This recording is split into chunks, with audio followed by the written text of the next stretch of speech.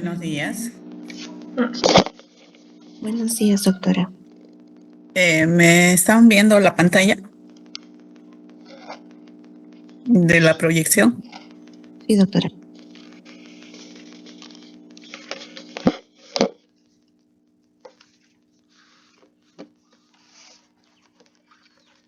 Ya, entonces continuando la explicación de ayer, estamos viendo el síndrome coronario agudo. En esta parte de la teoría, para entenderlo mejor, vamos a aprovechar una hora la que tenemos. El electrocardiograma en síndromes coronarios agudos.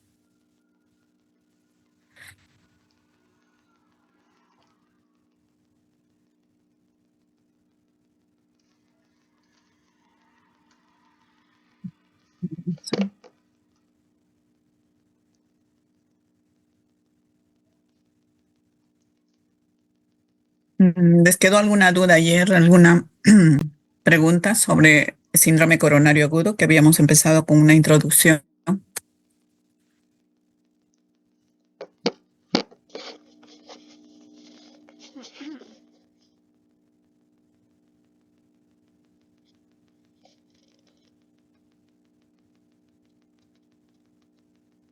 No, doctora, todo claro. Ok, en cuanto a la definición, o sea, si habría de repente un poquito ahondando más la definición, hay una definición universal de infarto. ¿Mm? Entonces, en la definición de infarto tenemos hasta 5 definiciones que la vamos a ver. ¿No? Según la guía del infarto, ¿no? Hay una guía incluso para solamente definir infarto, tenemos 5 tipos de infarto. ¿Ok? Entonces, hay un tipo 1, tipo 2, 3, 4. ¿No? El 4 se divide a su vez en A, en B y el tipo 5. El infarto tipo 1 es el clásico, digamos. ¿No? El infarto espontáneo relacionado con isquemia debido a un evento coronario primario como erosión o ruptura o fisura o disección de la placa. Es lo que estábamos explicando ayer, que en el vaso hay placa y la placa puede fisurarse, erosionarse o romperse. Ese es el clásico y es conocido como infarto tipo 1. Entonces estamos viendo la clasificación. Según la definición universal de infarto, hay 5 tipos de infarto. ¿Ok? El tipo 1 es el clásico donde hay una placa, hay trombos y se puede fisurar o romper esta placa y compromete el endotelio, por consiguiente hay trombosis y es la fisiopatología como se explica el tipo 1. En el tipo 2 es el infarto del miocardio debido a isquemia por incremento de la demanda de oxígeno o disminución de la oferta. Entonces, ¿cómo es esto? Por ejemplo, hay pacientes que están muy críticos, una sepsis severa o chocados hipovolémicamente porque perdieron sangre. Entonces, la demanda que necesitan ellos de aporte de oxígeno y nutrientes es bastante. Y y se puede dar un infarto porque simplemente el corazón, digamos, entre comillas, tiene un gasto muy elevado, trabaja excesivamente y por consiguiente puede haber una respuesta adrenérgica y también podemos tener un infarto sin placas. Solamente miren cuando la demanda de oxígeno es en exceso o hay una disminución de la oferta. ¿Okay? Entonces, por ese lado, tanto con demanda como oferta de oxígeno, podemos tener infarto.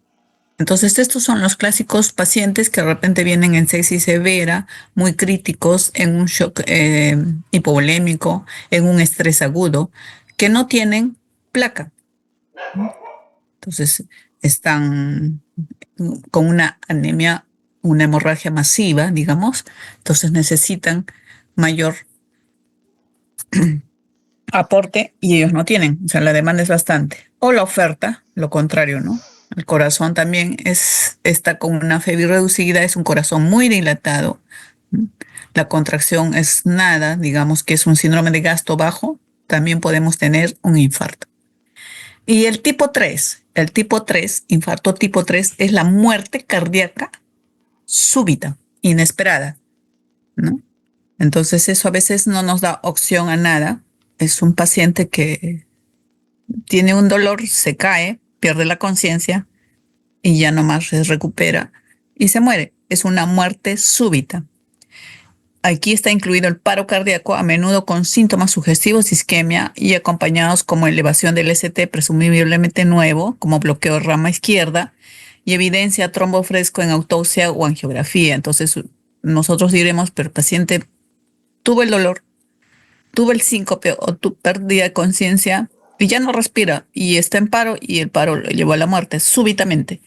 Entonces, ¿cómo hacemos el diagnóstico? Dirán de infarto tipo 3, ¿no? Si no nos ha dado opción a nada, ni siquiera a tomar un electro, ¿no?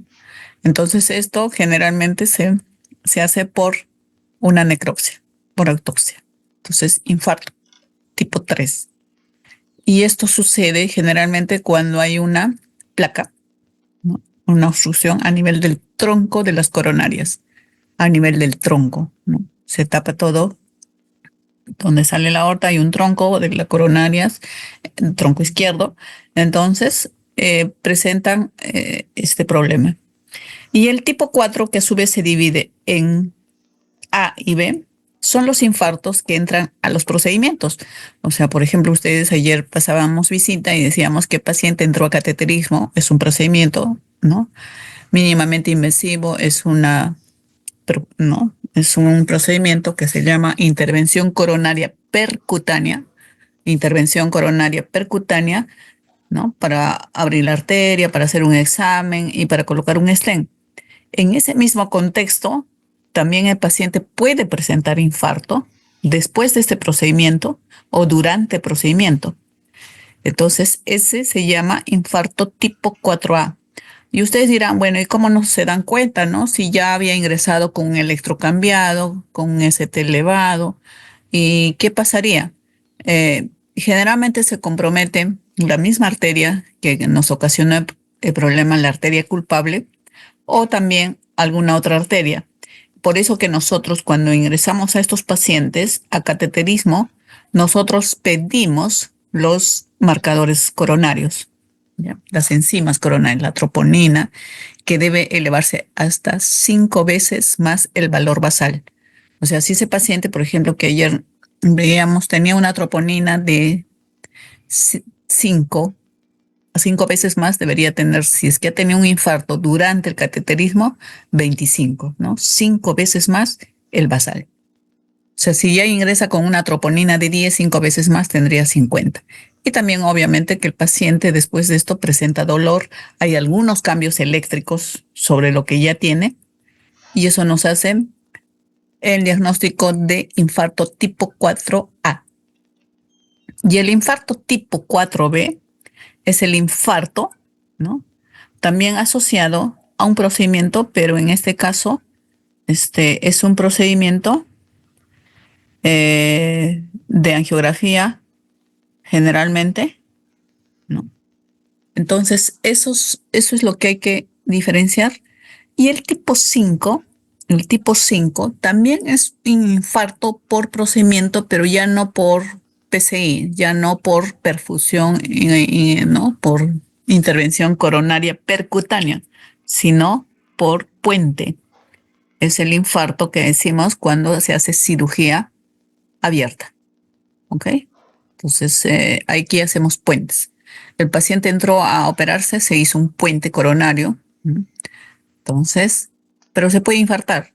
Y aquí sí, las troponinas también es lo mismo, el mismo criterio, cambios, dolor, el paciente que después de haber entrado a sala presenta dolor a las horas nomás, ¿no? De haber salido. ¿Y qué pasa? Le tomas electro. Siempre cuando tienes un paciente con infarto hospitalizado, como ustedes ahí pasan a visitar, los pacientes están tranquilos, se van de alta, no tienen dolor, nada. Pero si ese paciente dice, así sea un dolor de menor intensidad, digamos, un dolor muy vago, tienes que tomar un electrocardiograma y hay que pedirle enzimas, porque puede presentar un infarto después de los procedimientos. Y en este caso, infarto tipo 5, que es así como se llama, se presenta y hay que pedir las enzimas y los marcadores y deben elevarse hasta 10 veces el basal. ¿Ok? Eso solamente para que ustedes conozcan, porque se les pueden preguntar también cuántos tipos, según la definición universal de infarto, tenemos. Tenemos 5 tipos. Esto ya habíamos revisado ayer a modo de, ¿no? Historia clínica, dolor torácico y angina. Entonces decíamos que también es un síndrome coronario que comprende 3 enfermedades: infarto ST elevado, infarto ST no elevado y angina inestable. Y que también el diagnóstico se basaba en que nosotros exploremos desde 3 puntos de vista: una buena historia clínica, el electrocardiograma y las enzimas cardíacas. O sea, son 3 también que nosotros tenemos que ver. Las características del dolor nosotros ya veíamos, y lo que de repente aquí es que nosotros también tenemos que reconocer que hay infartos que no hay dolor, porque les decía, infarto es dolor, ¿verdad? Como falla cardíaca es disnea, pero también tenemos infartos sin dolor, no hay dolor. Entonces, a ese tipo de manifestaciones donde no hay dolor, llamamos equivalente anginoso. Entonces, el equivalente anginoso, el paciente puede, o sea, puede decirnos o puede venir porque simplemente tiene disconfort, una molestia muy vaga en epigastrio, en brazo, en oído, en cuello, mandíbula, asociados a ejercicio o estrés emocional y se alivian con nitroglicerina. Entonces, el factor desencadenante o el factor, sí, pues el factor asociado que nosotros decíamos ayer, el dolor sí se presenta, pero con estrés físico o estrés emocional. De igual manera, este disconfort el paciente lo va a presentar cuando ha tenido un estrés emocional o estrés físico. No hay dolor, pero hay disconfort o en el epigastrio o dolor en el brazo. ¿Ya? Ese es un equivalente anginoso. No hay un dolor torácico típico como ayer estábamos señalando. ¿Qué otro signo o síntoma es un equivalente anginoso? Una disnea de reciente inicio o al ejercicio mínimo. Y eso se presenta sobre todo en personas mayores, ancianos, octogenarios. Como yo les explicaba cuando explicaba falla cardíaca, decía que el paciente presenta disnea. Durmió, pero de un momento al otro siente que le falta el aire. Es una disnea.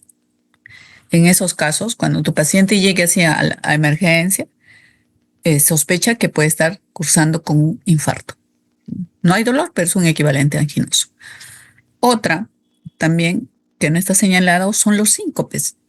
Un paciente que de repente, ¿no? Mayor, también octogenario, está normal y presenta un síncope. No tiene bloqueos, como ayer escuchábamos, ¿no? En la visita, que bloqueos son los pacientes con marcapaso que tenían síncopes. No tiene bloqueo, pero puede estar cursando con un infarto. Otro equivalente anginoso que también se señaló ayer, puede presentar solo náuseas, vómitos, diaforesis y fatiga inexplicables. ¿No? Todo el cortejo vegetativo, pero no hay dolor, ¿no? Paciente que está diaforético, está con náuseas, vómitos y fatiga inexplicables. Nosotros ya sabemos por qué presenta, ¿no? Náuseas, simpático, el parasimpático. Solo tiene eso, no hay dolor. Eso es conocido como equivalente anginoso. Entonces, estas presentaciones donde no hay dolor, es muy frecuente, no crean que no es frecuente, que el paciente no tenga dolor. ¿En quiénes? Pacientes ancianos, ¿no? Fácil, mayores de 70, 75 años, pacientes diabéticos. Recuerden que el diabético no tiene dolor porque tiene una neuropatía y hay un problema, ¿no?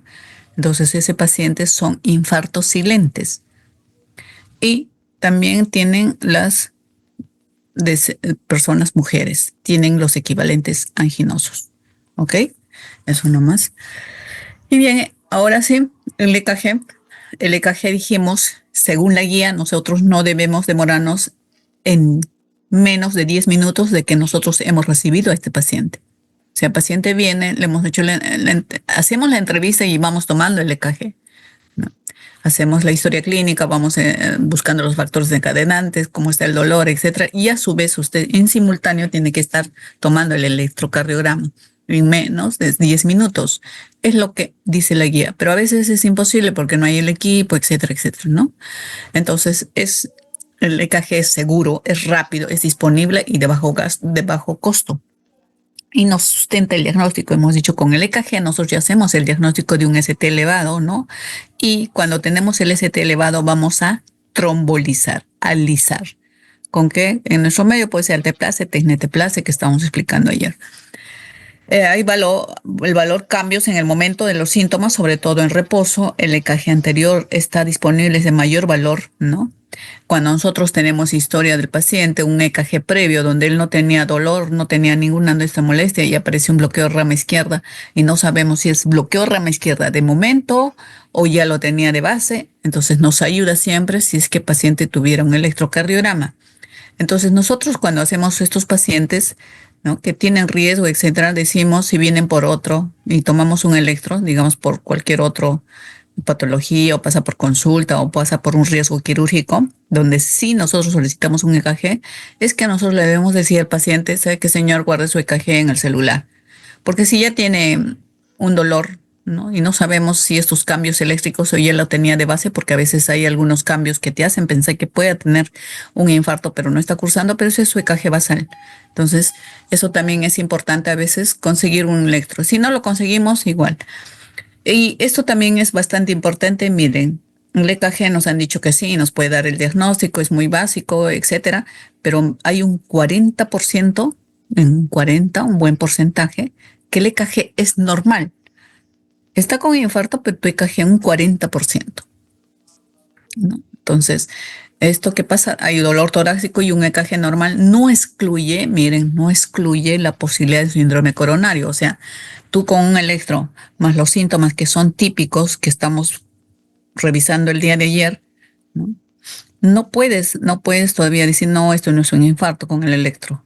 Son los tres generalmente los que nos va, ¿no? Si el electro es muy típico, muy ST elevado, fácil, ¿no? Pero a veces pasa esto, que el EKG es normal y no te excluye la posibilidad. Y miren, del 1 al 6% eventualmente desarrolla un infarto con un EKG normal y un 4% angina inestable. Entonces, los pacientes sin cambios en el EKG tuvieron una mortalidad de 4%, ¿no? Entonces, eso tenemos que saber que el EKG en 40% puede estar normal. Y si nosotros decimos con esto nomás decimos, sabe que no pasa nada, váyase a su casa, pues el 44% pueden tener un desenlace fatal, ¿no?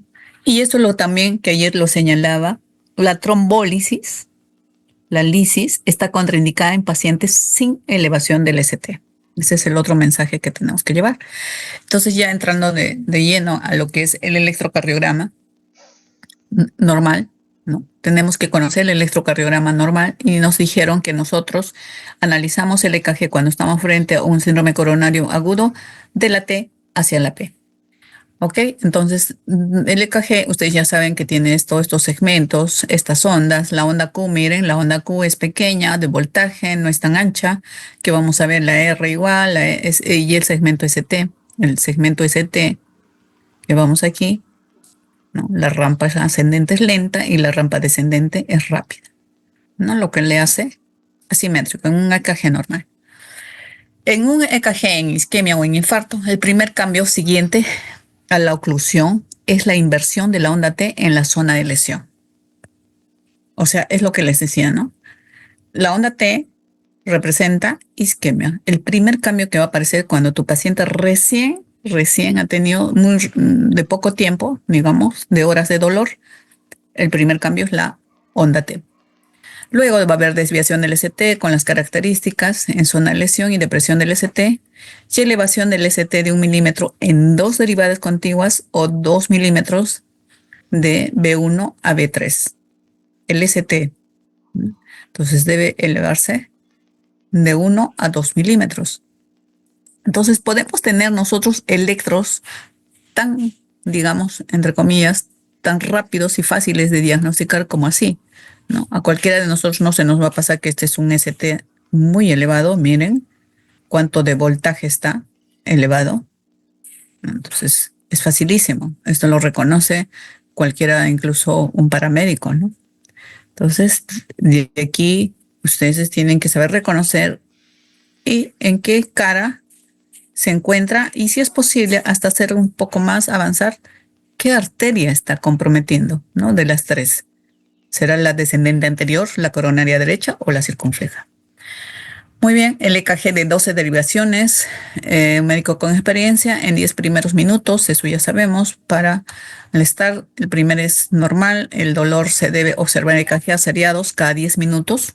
También eso debemos de saber, se toma en los primeros 10 minutos y debemos seguir tomando electros cada 10 minutos. Cada 10, así dice la guía, ¿no? Y cuando tenemos el ST en cara inferior, se debe tomar las precordiales derechas. Y ya sabemos, inferior es 2-3 ABF o cara diafragmática 2-3 de ABF. Cuando tienes el ST elevado ahí o compromiso de este segmento infra o supradesnivel, tienes que tomar precordiales derechas. ¿Ya? La mortalidad incrementa con el número de derivaciones de ST. La elevación del ST en 2 milímetros de B1 a B4 es anterosectal, ¿no? Y vamos viendo estos electros, aquí sobre todo, ¿no? Los grados de isquemia, la morfología, y esto vamos a ver. Podemos tener cambios en R, en S. Acá. Muy bien. ¿Cuál es la localización anatómica? Ustedes ya saben dónde colocamos el electrodo precordial B1, B2, B3, B4, B5 y B6. Ahora vamos a ver qué nos representa esto que habíamos dicho. La cara inferior, o conocida también del ventrículo izquierdo, o conocida como cara diafragmática para algunos, está representada por la derivada 2, 3 y ABF. ¿Ok? 2, 3 y ABF. Eso redundando, la cara sectal o región sectal era B1 y B2. ¿Ya? B1 y B2. Ahí está. Y la región apical, B2, B3, también puede ser apical. Y la cara anterior, tenemos, toda la cara anterior sería de B3, B4, B5, B6, toda la cara anterior. Entonces nosotros mañana, por ejemplo, vamos a ver, tenemos una paciente que ayer hemos ingresado que tiene todo cuciado, o sea, hay Q desde B1 hasta B6. Todo eso es anterior extenso. Y lateral, que ayer decíamos ya, B5, B6, lateral bajo y lateral alto, 1 y ABL. ¿No? Ahí está, un B1, B6, un B5, B6. Eso en cuanto a la ubicación del infarto, están los electrodos que nos representan, las caras otra vez redundando sobre lo mismo, y entonces podemos nosotros decir ahora sí por las arterias, ¿no? Con las arterias. Hemos dicho que hay 3 arterias principales. Hay una arteria descendente anterior, descendente anterior, descendente anterior, o conocida también como DA. Hay una arteria, la otra, la coronaria derecha, CD, conocida como CD, sus abreviaturas, ¿no? Y la otra, la CX o circunfleja. Entonces, de acuerdo a eso, si tienes anterior, esta puede estar con descendente anterior, con la arteria descendente anterior, ¿ok? Si tienes de la cara anterior, corresponde a la descendente anterior. Incluso nosotros ya por los cambios podemos hacer, esto ya lo dejamos para nosotros de cardio, si es de rama sectal, rama diagonal, tiene varias segmentaciones. Entonces, que tú puedes aproximarte bastante en qué segmento de la arteria incluso está. Pero lo que ustedes tienen que, así, cuando es DA, es anterior, va de B1 a B6, ¿no? O de B1 a B4, y cuando es inferior es coronaria derecha, y está en las 2, 3 y ABF, y lateral puedes tener con la circunfleja 1 ABL, B5 y B6. ¿Okay? Rama de la circunfleja. Entonces, ventrículo derecho también es importante nosotros saber si está afectado allá el ventrículo derecho, tomamos sobre todo cuando hay compromiso en la cara inferior, tenemos que tomar las derivadas derechas. ¿Ya? Entonces, eso. ¿Y cuáles son manifestaciones en el EKG? Vamos a tener elevación del ST, depresión del ST, ¿no? Entonces, esto, las formas variables de elevación del segmento ST. Para nosotros evaluar un electro con segmentos, ¿ya? Con segmentos de ST tenemos que reconocer y medir, sobre todo reconocer el punto J. El punto J, ese es final de la S, miren aquí donde estoy señalando la flecha, final de la S y comienzo del segmento ST. Ahí es el punto J. Ese es el primer punto que usted tiene que identificar cuando tiene un problema de infarto y para decir si es ST, porque vamos a empezar a nosotros a analizar el segmento ST. Entonces, muy bien. Antes de eso, empezamos se nos va a terminar. Ok. Si se nos termina, ingresaremos con el link que atinadamente creó Leslie, ¿ya? Con el link que nos mandaron del Google. Isquemia, por ejemplo, dijimos, el primer cambio en el infarto vamos a tener en la onda T. ¿Ok? Aquí está la onda T.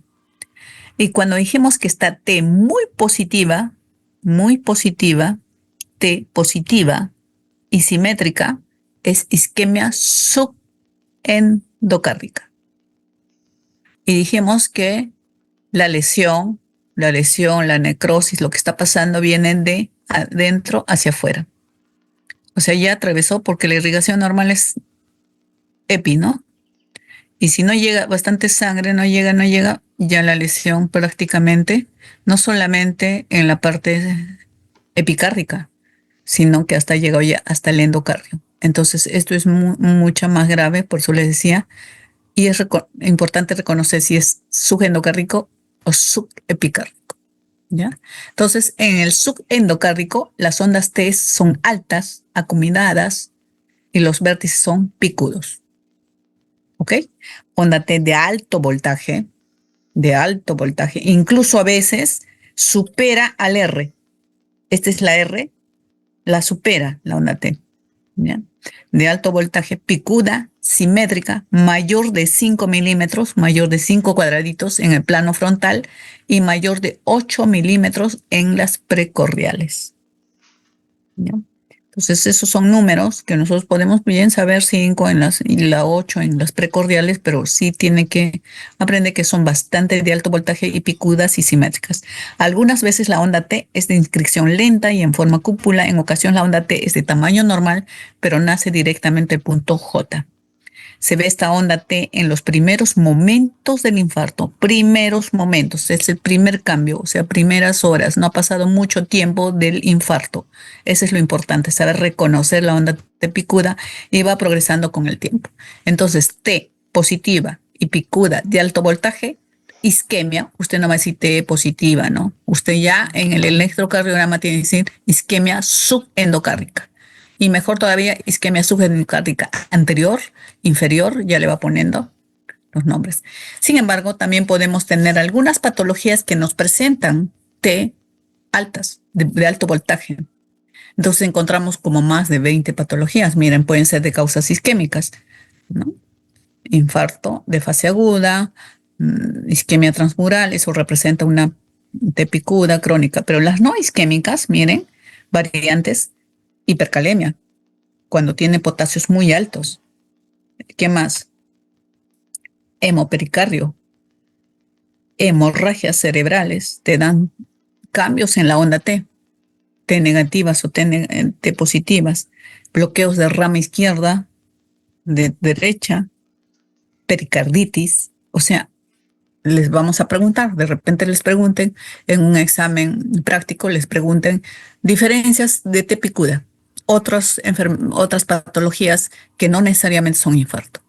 Entonces usted ya más o menos, se le comparte también esas diapositivas, ya dice por lo menos 5. Con 5 que usted sepa está muy bien.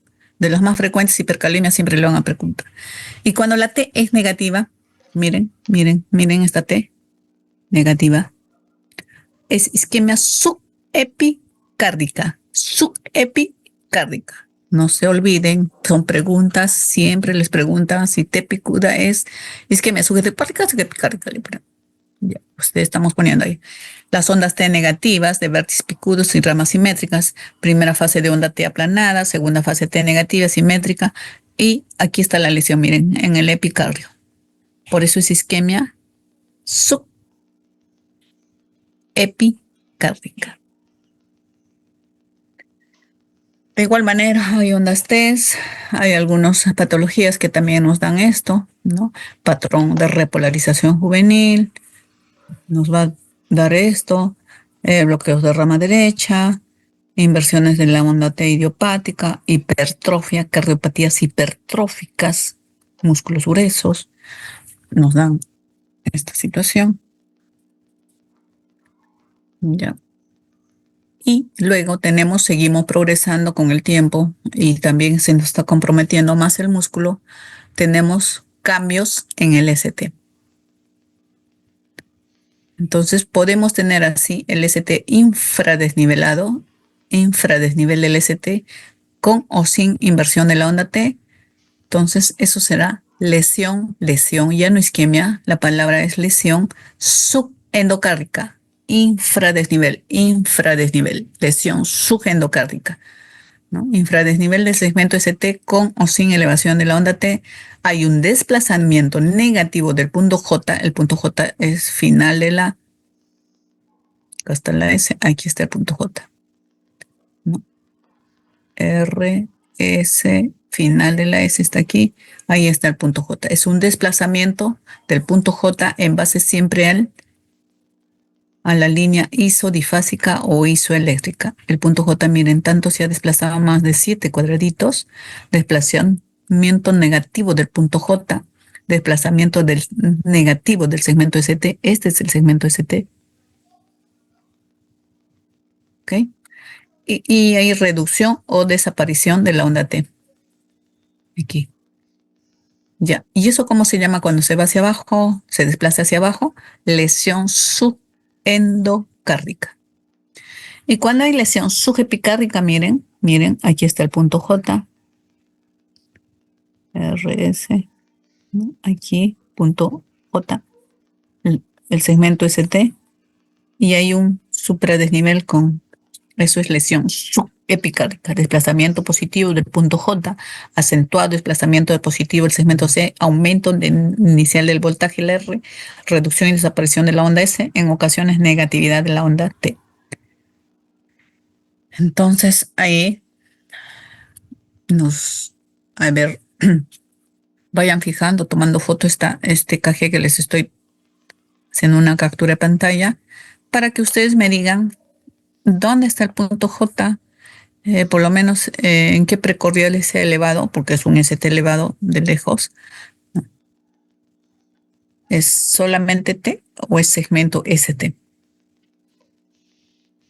Es que nos ponemos en otro, compartimos en otra, porque se me va a ir el tiempo, creo. ¿Preguntas hasta ahí? ¿Alguna preguntita?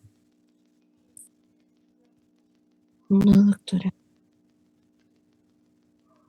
Pregunten. Si no, voy a pensar que no están.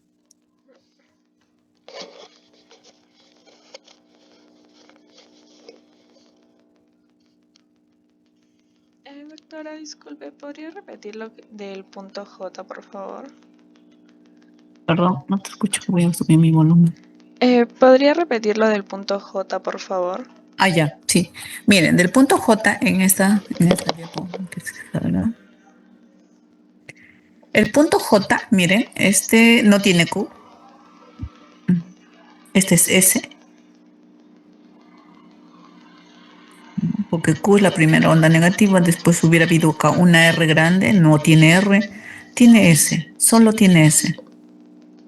Nos dicen que el punto J es el final del S, la S es esta, acá está su final, y el comienzo del segmento ST. Este es el comienzo, este es el segmento ST donde estoy señalando con la flecha, ese es el segmento ST. El punto es un punto aquí, final de la onda S, donde termina la onda S acá, y comienzo del segmento ST. Ese es el punto J. Es bastante importante encontrar el punto J, ya sea para tu T o para la lesión, en este caso el segmento ST. Porque en base a ese usted va a determinar cuánto se ha elevado de la línea isodifásica. La isodifásica siempre está, nosotros prolongamos el segmento PR hacia el segmento ST o T. Miren, aquí está la línea isodifásica. Si nosotros tendríamos una reglita, cursamos acá y miren cuánto se ha elevado este punto J. Entonces es importante que usted en el electro mire, encuentre su punto J. Fácil, usted siempre va a mirar la S.